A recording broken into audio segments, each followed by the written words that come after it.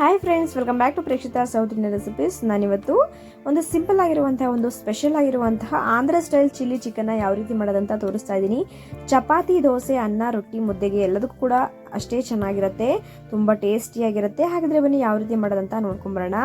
ಅದಕ್ಕಿಂತ ಮುಂಚೆ ನೀವು ನನ್ನ ಚಾನಲ್ನ ಸಬ್ಸ್ಕ್ರೈಬ್ ಮಾಡ್ಕೊಳ್ಳಿ, ಹಾಗೆ ಪಕ್ಕದಲ್ಲಿರುವ ಬೆಲ್ಲೈಕನ್ನು ಕೂಡ ಕ್ಲಿಕ್ ಮಾಡ್ಕೊಳ್ಳಿ. ಹಾಗಾದರೆ ಬನ್ನಿ ಯಾವ ರೀತಿ ಸಿಂಪಲ್ ಆಗಿರುವಂತಹ ಆಂಧ್ರ ಸ್ಟೈಲ್ ಚಿಲ್ಲಿ ಚಿಕನನ್ನು ಯಾವ ರೀತಿ ಮಾಡೋದಂತ ನೋಡ್ಕೊಂಬರೋಣ.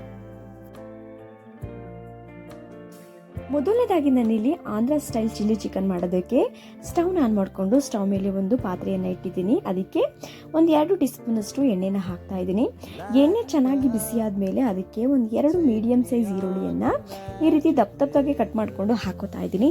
ನೋಡ್ತಾ ಇರ್ಬೋದು ನೀವು, ದಪ್ಪದಾಗೆ ಕಟ್ ಮಾಡಿಕೊಂಡು ಹಾಕೊಂಡ್ರೆ ಸಾಕಾಗತ್ತೆ. ಇದನ್ನು ಮಸಾಲೆಗೆ ರೆಡಿ ಮಾಡ್ಕೊಳ್ತಾ ಇರೋದ್ರಿಂದ ಸೊ ಅದಕ್ಕೋಸ್ಕರ ಈ ರೀತಿ ಮೀಡಿಯಮ್ ಸೈಜ್ ಈರುಳ್ಳಿ ಒಂದು 2 ತೊಗೊಂಡು ಅದನ್ನು ದಪ್ಪದಾಗಿ ಕಟ್ ಮಾಡಿಕೊಂಡು ಹಾಕೋತಾ ಇದ್ದೀನಿ. ಅದಾದಮೇಲೆ ಒಂದು 4 ಹಸಿ ಮೆಣಸಿನಕಾಯಿನ ಹಾಕೋತಾ ಇದ್ದೀನಿ. ನೀವು ಖಾರ ಚೆನ್ನಾಗಿ ತಿನ್ನೋದಾಗಿದ್ರೆ ಒಂದು 5ರಿಂದ 6 ಮೆಣಸಿನಕಾಯಿನ ಹಾಕೋಬಹುದು. ಚಿಲ್ಲಿ ಚಿಕನ್ ಇರೋದ್ರಿಂದ ಸ್ವಲ್ಪ ಖಾರ ಮುಂದೆ ಇರಬೇಕು, ಆವಾಗಲೇ ತುಂಬ ಚೆನ್ನಾಗಿರುತ್ತೆ.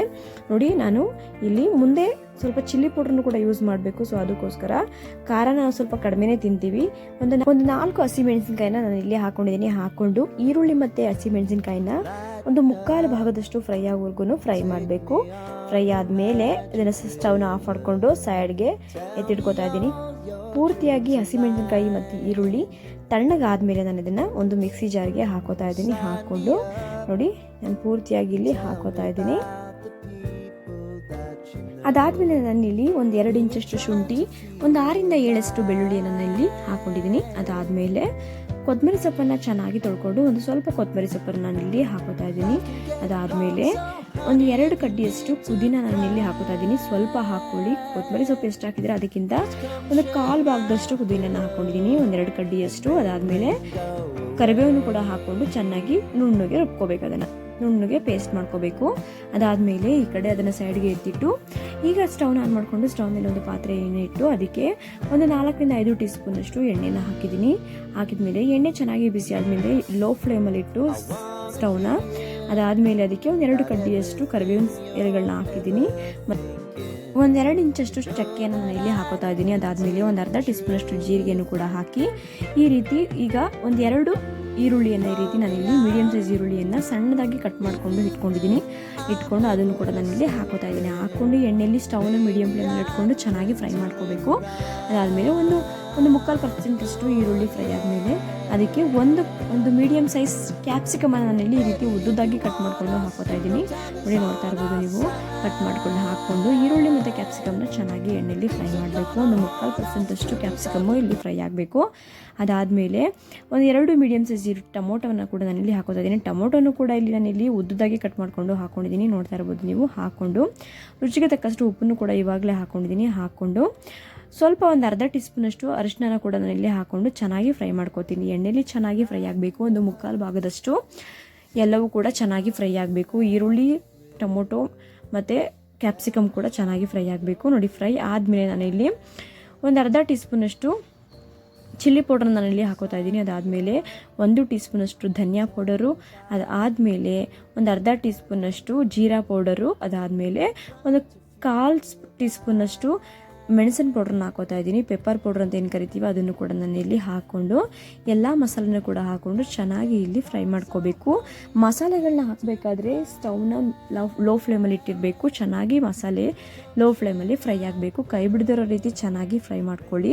ಅದಾದಮೇಲೆ ಚೆನ್ನಾಗಿ ಸ್ವಲ್ಪ ಮಿಕ್ಸ್ ಮಾಡಿ ಫ್ರೈ ಆದಮೇಲೆ ಇನ್ನೊಂದು ಸ್ವಲ್ಪ ಹೈ ಫ್ಲೇಮ್ ಮಾಡಿಕೊಂಡು ಗ್ಯಾಸ್ನ ಚೆನ್ನಾಗಿ ಫ್ರೈ ಮಾಡ್ಕೋಬೇಕು. ಮಸಾಲೆ ಜೊತೆ ಎಲ್ಲವೂ ಕೂಡ ನೋಡಿ ಚೆನ್ನಾಗಿ ಕ್ಯಾಪ್ಸಿಕಮ್ಮು ಮತ್ತು ಈ ಆನಿಯನ್ನು ಮತ್ತು ಟೊಮೊಟೊ ಎಲ್ಲವೂ ಕೂಡ ಚೆನ್ನಾಗಿ ಫ್ರೈ ಆಗಿದೆ. ಎಣ್ಣೆಲಿ ನೋಡ್ತಾ ಇರ್ಬೋದು, ಎಣ್ಣೆ ಬಿಟ್ಟು ಚೆನ್ನಾಗಿ ಬೇಯ್ತಾ ಇದೆ. ಈ ಒಂದು ಹಂತದಲ್ಲಿ ನಾನು ಇವಾಗ ಏನು ಮಾಡ್ತೀನಿ, ಚಿಕನ್ನ ಏನೋ ಒಂದು ಅರ್ಧ ಕೆಜಿ ಚಿಕನ್ ಅಷ್ಟು ನಾನಿಲ್ಲಿ ಕಟ್ ಮಾಡಿಕೊಂಡು ಗೊಜ್ಜು ಮಾಡೋಕ್ಕೆ ಇಟ್ಕೊಂಡಿದ್ದೆ. ನೋಡ್ತಾ ಇರ್ಬೋದು ನೀವು, ಹಾಕ್ತಾ ಇದ್ದೀನಿ ನಾನು ಅದನ್ನು. ಚಿಕನ್ನ ಪೂರ್ತಿಯಾಗಿ ನಾನಿಲ್ಲಿ ಹಾಕ್ಕೊಂಡು ಅದನ್ನು ಚೆನ್ನಾಗಿ ಫ್ರೈ ಮಾಡಬೇಕು. ಮಸಾಲೆ ರೆಡಿ ಮಾಡಿಕೊಂಡಿರುವಂಥ ಮಸಾಲೆ ಜೊತೆ ನಾನಿಲ್ಲಿ ಚೆನ್ನಾಗಿ ಫ್ರೈ ಮಾಡಬೇಕು. ನೋಡ್ತಾ ಇರ್ಬೋದು ನೀವು, ಚೆನ್ನಾಗಿ ಮಿಕ್ಸ್ ಮಾಡಿ ಇಲ್ಲಿ ಫ್ರೈ ಮಾಡ್ಕೊಳ್ಳೋಕ್ಕೆ ಬಿಟ್ಕೊಂಡಿದ್ದೀನಿ. ಒಂದು 10 ನಿಮಿಷ ಆ ಮಸಾಲೆಯಲ್ಲಿ ಚಿಕನ್ನು ಬೇಯಬೇಕು. ನೋಡ್ತಾ ಇರ್ಬೋದು ನೀವು, ಚೆನ್ನಾಗಿ ಇಲ್ಲಿ ಬೆಂದು ಎಣ್ಣೆ ಬಿಟ್ಟಿದೆ ಚಿಕನ್ ಕೂಡ. ಈ ಒಂದು ಸಮಯದಲ್ಲಿ ನಾನೀಗ ಏನು ಮಸಾಲೆ ರೆಡಿ ಮಾಡ್ಕೊಂಡು ಇಟ್ಕೊಂಡಿದ್ದೀನೋ ರುಬ್ಕೊಂಡು ಇಟ್ಕೊಂಡಿದ್ದೀವೋ ಕೊತ್ತಂಬರಿ ಸೊಪ್ಪು, ಈರುಳ್ಳಿ, ಉರಿದಿರುವಂತಹ ಈರುಳ್ಳಿ, ಮೆಣಸಿನ್ಕಾಯಿ ಮತ್ತು ಪುದೀನ ಮತ್ತು ಕರಿಬೇವನ್ನು ಹಾಕ್ಕೊಂಡು ಏನು ರೆಡಿ ಮಾಡ್ಕೊಂಡು ಇಟ್ಕೊಂಡಿದ್ದೀನೋ ಅದನ್ನು ನಾನಿಲ್ಲಿ ಹಾಕೋತಾ ಇದ್ದೀನಿ. ಹಾಕ್ಕೊಂಡು ಚೆನ್ನಾಗಿ ಚಿಕನ್ ಜೊತೆ ನಾನಿಲ್ಲಿ ಮಿಕ್ಸ್ ಮಾಡ್ತಾಯಿದ್ದೀನಿ. ನೋಡಿ, ಇಲ್ಲಿ ಚೆನ್ನಾಗಿ ಮಿಕ್ಸ್ ಮಾಡಬೇಕು. ಮಿಕ್ಸ್ ಮಾಡಿದ ಮೇಲೆ ನಾನು 1 ಟೀ ಸ್ಪೂನಷ್ಟು ಕಾರ್ನ್ಫ್ಲೋರ್ನ ನಾನಿಲ್ಲಿ ಯೂಸ್ ಮಾಡ್ತಾ ಇದ್ದೀನಿ. ನೋಡ್ತಾ ಇರ್ಬೋದು ನೀವು. ಒಂದೇ 1 ಟೀ ಸ್ಪೂನಷ್ಟು ಕಾರ್ನ್ಫ್ಲೋರ್ನ ಹಾಕಬೇಕು. ನಿಮಗೆ ಕಾರ್ನ್ಫ್ಲೋರ್ ಹಾಕೊಳ್ಳೋದಕ್ಕೆ ಇಷ್ಟ ಇಲ್ಲ ಅನ್ನೋರು ನೀವು ಬೇಕಿದ್ರೆ ಕಾಯಿ ಹಾಲನ್ನು ಕೂಡ ಹಾಕೋಬಹುದು. ನೋಡಿ, 1 ಲೋಟದಷ್ಟು ಕಾಯಿ ಹಾಲನ್ನು ಕೂಡ ಹಾಕೋಬಹುದು.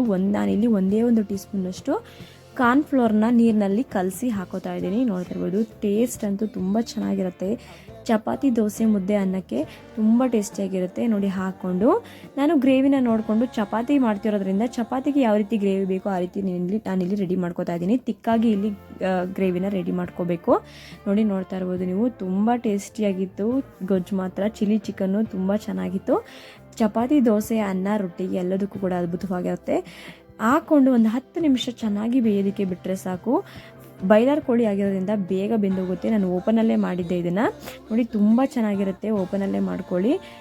ನೋಡಿ, ತುಂಬ ಟೇಸ್ಟಿಯಾಗಿರುವಂತಹ ಆಂಧ್ರ ಸ್ಟೈಲ್ ಚಿಲ್ಲಿ ಚಿಕನ್ ರೆಡಿಯಾಗಿದೆ.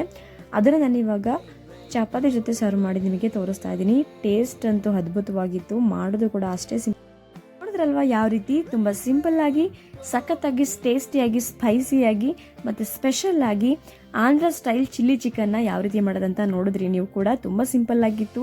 ಆ ಚಪಾತಿಗಂತೂ ಅದ್ಭುತವಾಗಿತ್ತು ಟೇಸ್ಟು. ನೀವು ನಿಮ್ಮ ಮನೇಲಿ ಒಂದ್ಸಲ ಇದೇ ರೀತಿ ಆಂಧ್ರ ಸ್ಟೈಲ್ ಚಿಲ್ಲಿ ಚಿಕನ್ನ ರೆಡಿ ಮಾಡಿ ಟೇಸ್ಟ್ ಹೇಗಿತ್ತು ಅಂತೇಳಿ ಕಾಮೆಂಟ್ ಮೂಲಕ ತಿಳಿಸಿ. ಹಾಗೆ ಈ ವಿಡಿಯೋ ಇಷ್ಟ ಆದಲ್ಲಿ ಲೈಕ್ ಮಾಡಿ, ಹಾಗೆ ನಿಮ್ಮ ಫ್ಯಾಮಿಲಿ ಫ್ರೆಂಡ್ಸ್ಗೂ ಕೂಡ ಶೇರ್ ಮಾಡಿ. ಹಾಗೆ ಇದೇ ರೀತಿ ಸ್ಪೆಷಲ್ ಮತ್ತು ಸಿಂಪಲ್ ಕುಕಿಂಗ್ ವಿಡಿಯೋಗೋಸ್ಕರ ನಮ್ಮ ಪ್ರೇಕ್ಷಕ ಕಿಚನ್ನ ಸಬ್ಸ್ಕ್ರೈಬ್ ಮಾಡ್ಕೊಳ್ಳಿ. Thank you for watching.